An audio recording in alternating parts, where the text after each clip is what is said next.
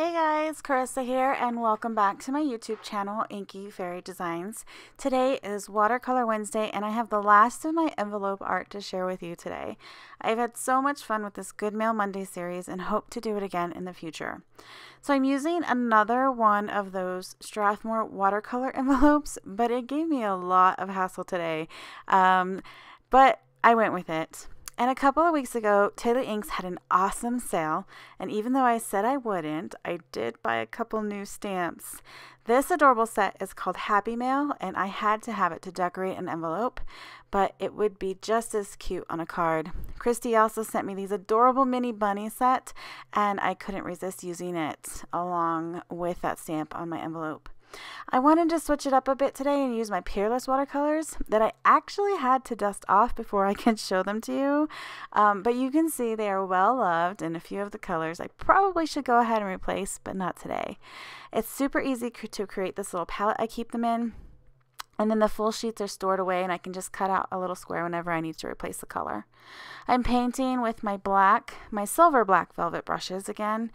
And as always, I have a paper towel folded off to the side to wipe off super wet brushes and 2 jars of kind of semi-clean water today. Actually, I did end up cleaning up that one dirty jar. It just had a bunch of pigment settled on the bottom.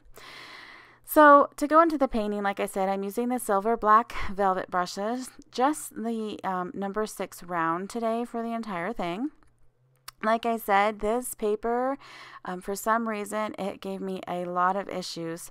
And this is actually my second attempt at painting this. I'm not sure if it's the Peerless watercolors because I haven't used those in a while and I'm not familiar with them like I used to be. But I had to take this and go into it a little bit differently, which sometimes happens when you're painting. I only sped it up 2 times what it actually took me, so you can see it come together a bit better step by step. I'm not painting wet on wet at all, as you can see. When I originally tried to do that method, the bleeding I got was insane.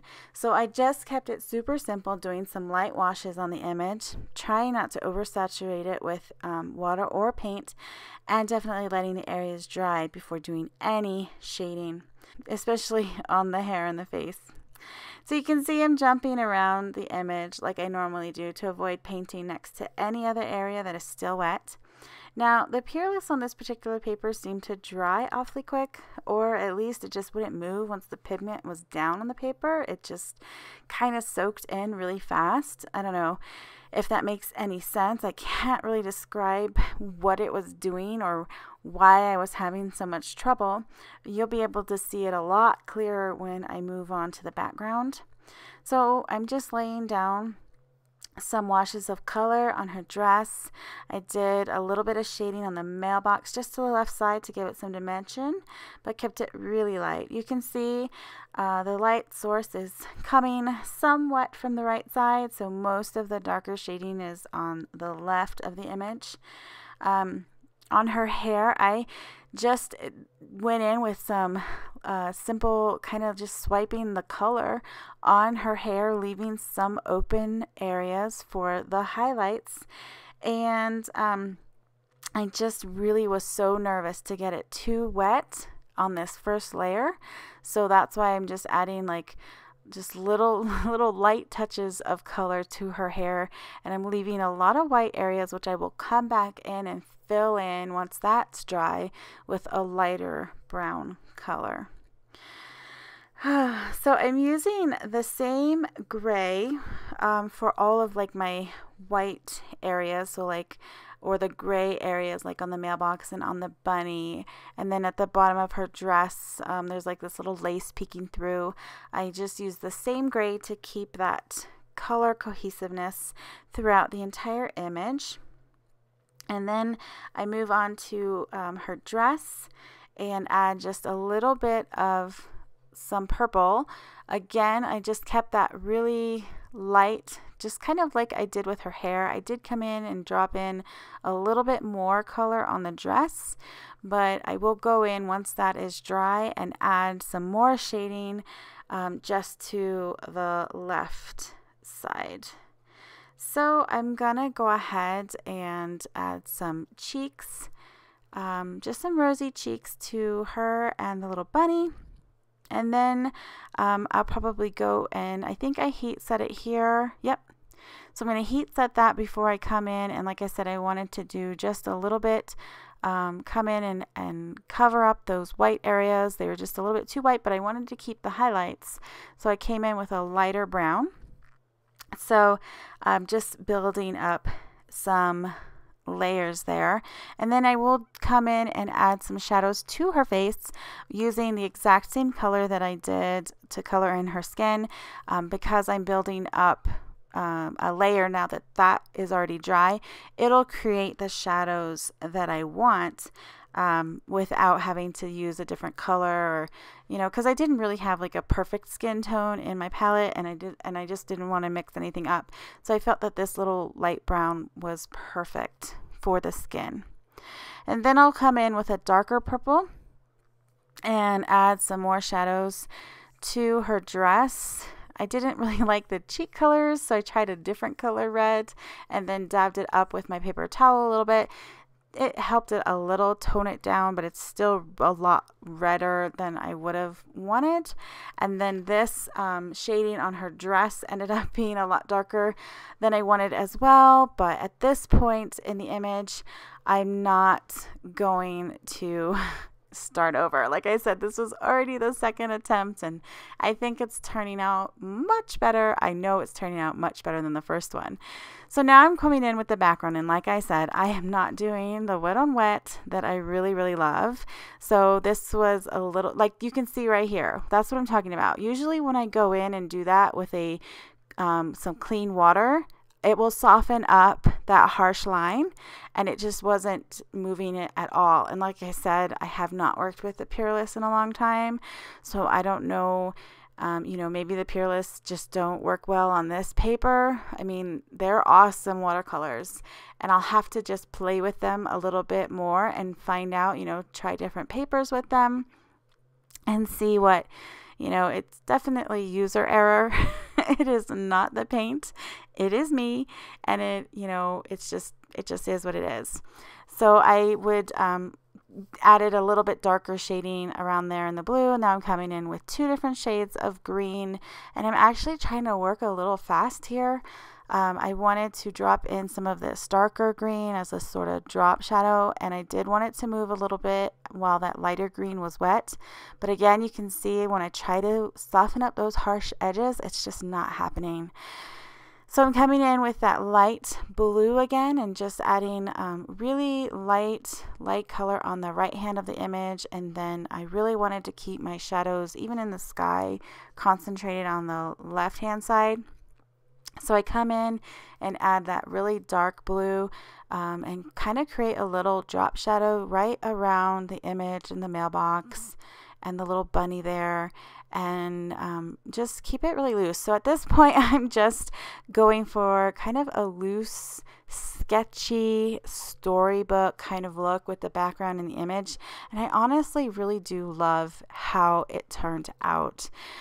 So I wanted to use the Happy Mail sentiment in the stamp set, so I just decided to hand letter the words "Please deliver," and then I'm going to stamp the Happy Mail sentiment underneath that, and then I'll add the word "to," trying to match the font and the stamp, and then I can go in and write the mailing address under that, and I think it turned out super cute. So here I am just trying to decide where I want to stamp that Happy Mail sentiment, and yeah, really simple. I love the little font. Christy is known for these really whimsical type fonts that go super well with her images, and it is Happy Mail, so I wanted to make sure to include that,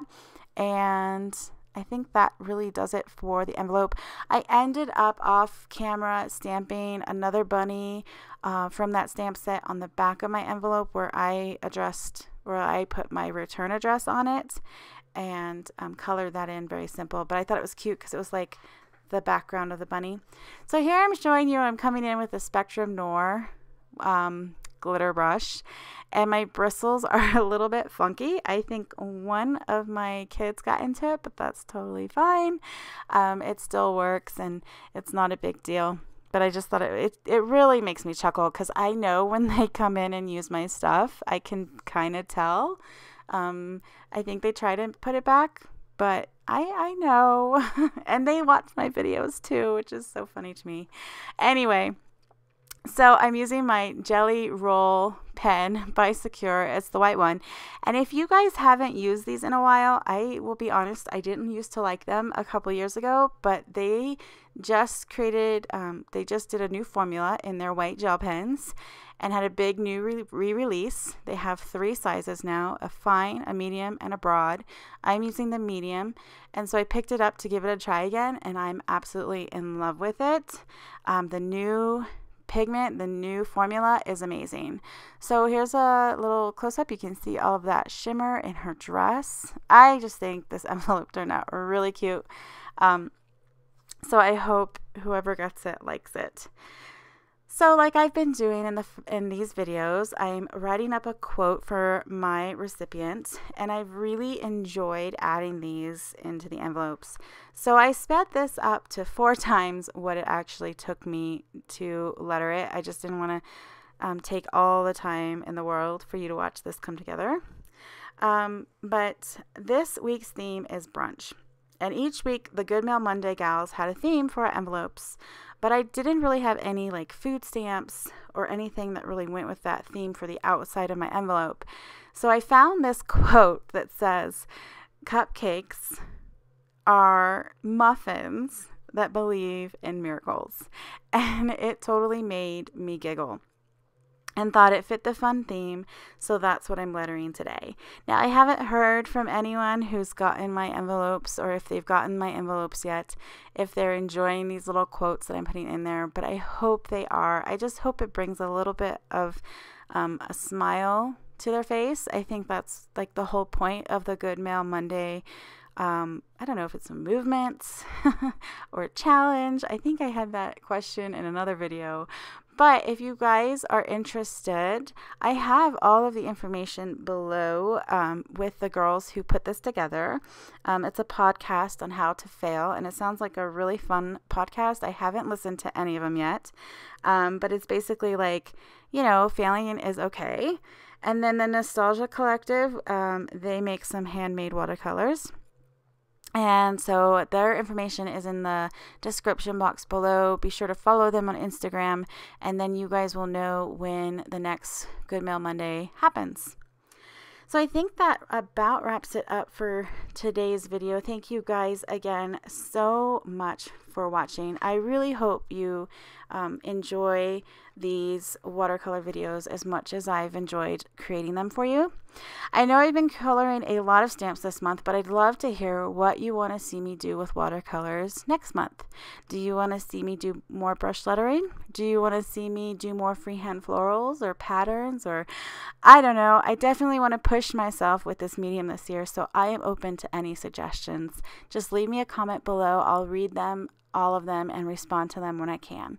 Thank you again from the bottom of my heart for continuing to watch and like and share these videos. It encourages and inspires me to continue making more content for you guys each week. Be sure to like this video by giving it a thumbs up, and if you aren't already, subscribe to my channel to see more videos like it. Every Wednesday I'll bring you a new watercolor video. You can pretty much find me on social media as Inky Fairy Designs anywhere, and be sure to check out my Facebook group in the description box below. I created this just for you guys because I'd love to see what you are creating inspired by these videos.